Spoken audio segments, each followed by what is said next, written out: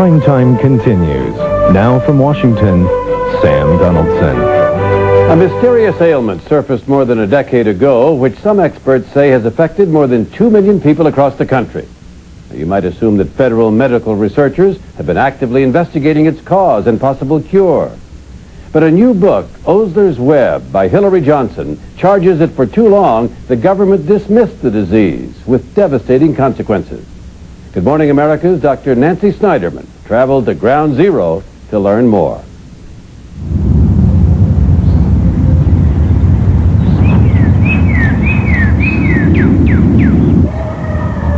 There were no warnings,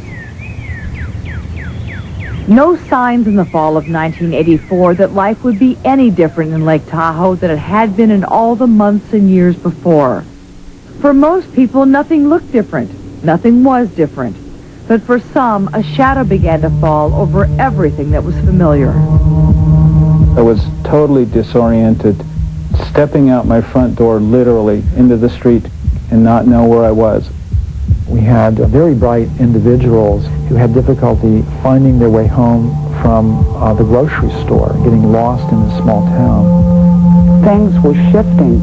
I couldn't figure out if I was sitting at an angle or if the rest of the world was. It seemed that many in the Tahoe area were suddenly coming down with a bad flu, developing a weird kind of dementia and an almost total loss of energy. Dr. Paul Cheney was mystified. He had never seen patients like this in all his years of practice or study. Neither had his partner. This seemed to be like evolving before our eyes from a flu-like illness into something else. Your body is just limp. It's like a wet noodle. At my worst, my IQ had dropped to 85, which is borderline mental retardation, so I'm told. Something serious was happening, but Cheney didn't know what it was. Lab test after standard lab test showed nothing, and it seemed to be spreading through the local hotel and casino, 2 area high schools, members of a girls' basketball team. That's when we wondered, hey, maybe we ought to call somebody. This is really unusual. They called the CDC, the Centers for Disease Control and Prevention, the government agency in charge of tracking epidemics. But instead of coming to the rescue, the CDC just kept putting them off. I remember calling them from time to time and saying the numbers are up to 110 and then the numbers are up to 120, and you wouldn't believe what I saw today. By September 1985, Cheney and Peterson had been calling the CDC for months, pleading with them to investigate the outbreak in the Tahoe area. Now they had 150 patients, many of whom had been disabled for months. Their hopes the CDC would send investigators were fading, when suddenly the CDC called. Investigators were coming. Finally, they thought, someone is coming to help. They were wrong. This illness required that you just stare at these people and just listen for long periods of time, and that's exactly what they didn't do. Instead, according to Cheney, the CDC investigators looked at charts and test results, took some blood samples, and headed back to the CDC without a word. It was as if they just sort of disappeared. Alone again, Cheney and his partner wouldn't give up. They had a theory that required using over $200,000 of their own money to order MRI scans of their patients' heads. That's when they got their first big break and discovered that their patients had lesions on their brains. We took a stack of them to a neuroradiologist and showed them to him. And he said, very interesting, let me show you these. And I said, yeah, that looks just like mine. I said, who are these? He said, these are AIDS patients. Another lead. The similarity to AIDS might mean his patients had immune system problems. That's where Cheney decided to look next. Meanwhile, at the CDC, the mood was anything but urgent. The tone behind the scenes at the CDC was one of complete and utter ridicule. Reporter Hillary Johnson has tracked the story for 10 years. Employees at the CDC would make jokes about this disease. If anyone ever said something like, gee, I'm tired, they would be teased about having this fake, bogus disease. In May 1986, the Centers for Disease Control released this report on the investigation of the Tahoe outbreak. The overall message, the tone of the paper was that this did not appear to be anything at all. To Cheney and his supporters, it was a major blow. Even the name the government gave the disease, chronic fatigue syndrome, was belittling. It makes it sound like a benign condition. It doesn't sound catching. After all, you can't catch yuppie burnout. This is not a disease about being tired. This is a very serious brain illness. It's an epidemic hiding in plain sight. And it wasn't just in Lake Tahoe. Over 2,000 miles away in the small rural town of Lindenville, New York, Dr. David Bell was dealing with his own outbreak. It appeared that this was some type of a viral infection that was going through town. And in Lindenville, that illness seemed to be targeting the young. All 4 of Jean and Paul Pollard's daughters got sick. I felt helpless, and it was difficult to see them suffer. They suffered a lot. With more than 50 patients ill and no answers, Dr. Bell reached out to the CDC for support, hoping he wouldn't have to battle the illness alone. I was under the impression that this was the only place in the country where this illness was occurring. The CDC never helped, and they never told him about Lake Tahoe. But in 1987, doctors from around the country met at a medical conference in Portland, Oregon to discuss the disease. It was there that Dr. Bell met Dr. Cheney, and they decided to join forces to look for the virus that they believed was attacking their patients' immune systems, in the hopes that finally the CDC would believe them. But it was still an uphill battle. This is ABC News Nightline. Back then, the press was reporting that patients were infected with an already familiar virus. Chronic Epstein-Barr virus syndrome. Epstein-Barr was eventually ruled out, but the government's favorite explanation for the disease, that its cause was in the mind, remained. The National Institutes of Health lead researcher appeared on Nightline. From my own research, I know this disorder is so subjective that patients will commonly feel better no matter what you give them. Physicians everywhere followed the government's lead, and patients like 13-year-old Sky Daler in Rochester, New York, would go from doctor to doctor, only to be told it was all in her head. They were convinced she was crazy.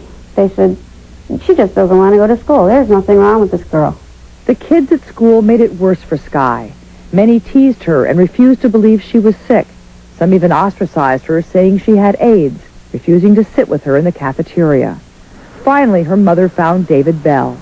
I can't even tell you how we felt. It was, you mean we're not crazy? Meanwhile, in 1988, Cheney had another lead, Elaine DeFreitas, a bright young scientist studying the link between multiple sclerosis and an immune system virus. Because MS had some symptoms in common with chronic fatigue syndrome, DeFreitas agreed to test some of David Bell's patients, including 13-year-old Sky, for the viruses she was working with. And to my surprise, a number of these patients were positive. We didn't know what it meant. But we felt that we had to pursue it further, and if the data held up, we had a responsibility to tell the scientific community what we found. What she found was the first evidence that the patients might be infected with a new immune system virus.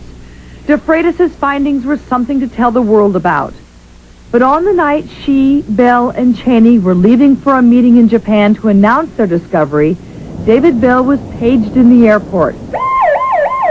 It was an emergency room doctor in Rochester, New York, who was trying to resuscitate Sky Daler. That day, a classmate of Sky's had cruelly suggested she go home and kill herself. David Bell listened over the phone as 14-year-old Sky died from an overdose of pills. She died for no reason. No one should have to suffer that way. Nobody. It was too late to help Sky, but Cheney and Bell thought the CDC would be interested in DeFreitas' major discovery.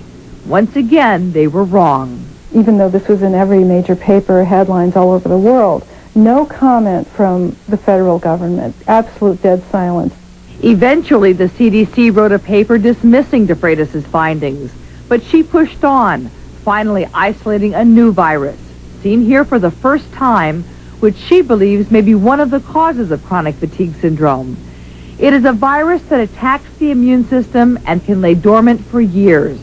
But DeFreitas says the government has ignored her discovery. We asked to speak with the Centers for Disease Control and the National Institutes of Health about chronic fatigue syndrome, but they refused. Instead, Dr. William Reeves, the man in charge of investigating chronic fatigue for the CDC, told us over the phone that 1, there is no viral cause for this problem, 2, there are no immune system abnormalities in patients with chronic fatigue, and 3, there are no clusters. So when asked about the illness at Lake Tahoe, he said that was hysteria. If they admit to a cluster, then they must say it's infectious. And I don't think the CDC wants chronic fatigue syndrome to be considered infectious. The government finally did put someone forward to talk to us, Dr. Philip Lee, Assistant Secretary of Health. Do you believe in clusters? Do we have clusters of cases? Oh, yes, I do. Dr. Reeves told the producer for this piece that, in fact, the Lake Tahoe cluster didn't exist, and the people living there are hysterical. Well, again, that's his view. But he's a scientist at the CDC. He's responsible for investigating these kinds of things. The CDC did investigate that. They reached certain conclusions which many people disagree with. Do you believe it's a virus? I really don't know. If you had to take well, I would guess, academic I would say it would be a retrovirus or a virus. I would think so. Lee says the government is making progress, but Hillary Johnson, whose book is being released today, remains unconvinced. I think it's one of the most incredible medical stories of our century, and it's going to be very, very hard for the government to change its position on this disease. To have to sort of call up the American public and say, hey, you know that disease that we've been calling chronic fatigue syndrome for the last 10 years? Well, guess what? It's really something far more serious, and it's transmissible. And we made a mistake in Tahoe, and we've been making a mistake ever since. The debate inside the government continues about what causes chronic fatigue syndrome and about whether it's contagious. There is no treatment for the disease itself. Doctors can treat only the symptoms that patients continue to suffer.